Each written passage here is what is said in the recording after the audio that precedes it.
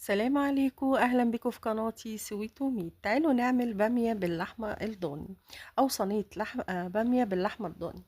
جبنا اول حاجه صينيه، حطيناها على النار وحطينا شويه زيت وحطيت قطعه صغيره من الليه وسبت الليه تسيح شويه زي ما انتم شايفين كده.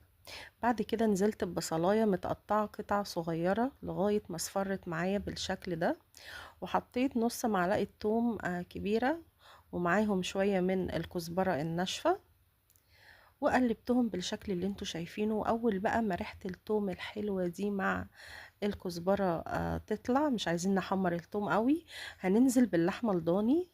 دي لحمة ضاني انا سلقاها، مش سوا كامل، يعني سوا الا ربع كده، يا ريت تبقى كده حتت من الموز.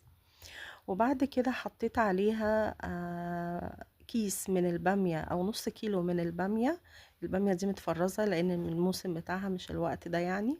وحطيت رشة بهارات ورشة من السكر ورشة من الملح، وكمان حطيت بابريكا، وحطيت شطة. يعني انا الاول اللي اتحطت دي شطة، بعد كده بابريكا، وممكن نحط رشة قرفة كده. وبعد كده هنقلب بالشكل اللي انتوا شايفينه ده. وهنا انا خلطة طماطم، حوالي نص كيلو من الطماطم في الخلاط هنحطهم عليها.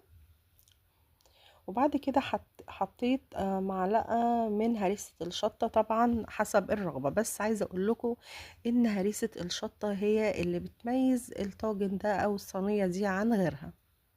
بعد كده بقى هنزودها بشوربة اللحمة الضاني. على فكرة ممكن تعمليها بلحمة عادية جدا عادي، بس طبعا معروف البامية باللحمة الضاني بتبقى حلوة جدا. وهنقلب كده لغاية كده ما تغلي غلوة، وبعد كده هنحطها تكمل سواها في الفرن. لو حابة تعمليها في طاجن هتشيليها من الطاجن في المرحلة دي، لان طبعا الطاجن ما ينفعش يتحط على النار، وهتحطيها في الفرن وهتشغلي من فوق وتحت.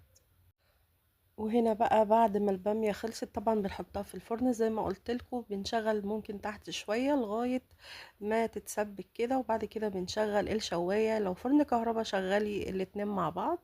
وهنا شكل البامية بعد ما خلصت. عايزة اقول لكم احلى صينية بامية او طاجن بامية هتاكلوه في حياتكم باللحمة الضاني. جربوا الطريقة، ممكن تعملوها بلحمة عادية كندوز، او ممكن تعملوها من غير لحمة خالص بنفس الطريقة دي، هتاكلوا برضو احلى طاجن بامية. جربوا الوصفة وما تنسوش اهم حاجة اللايك والاشتراك وتعليق، كل بيبسطني. وسلام عليكم وباي باي.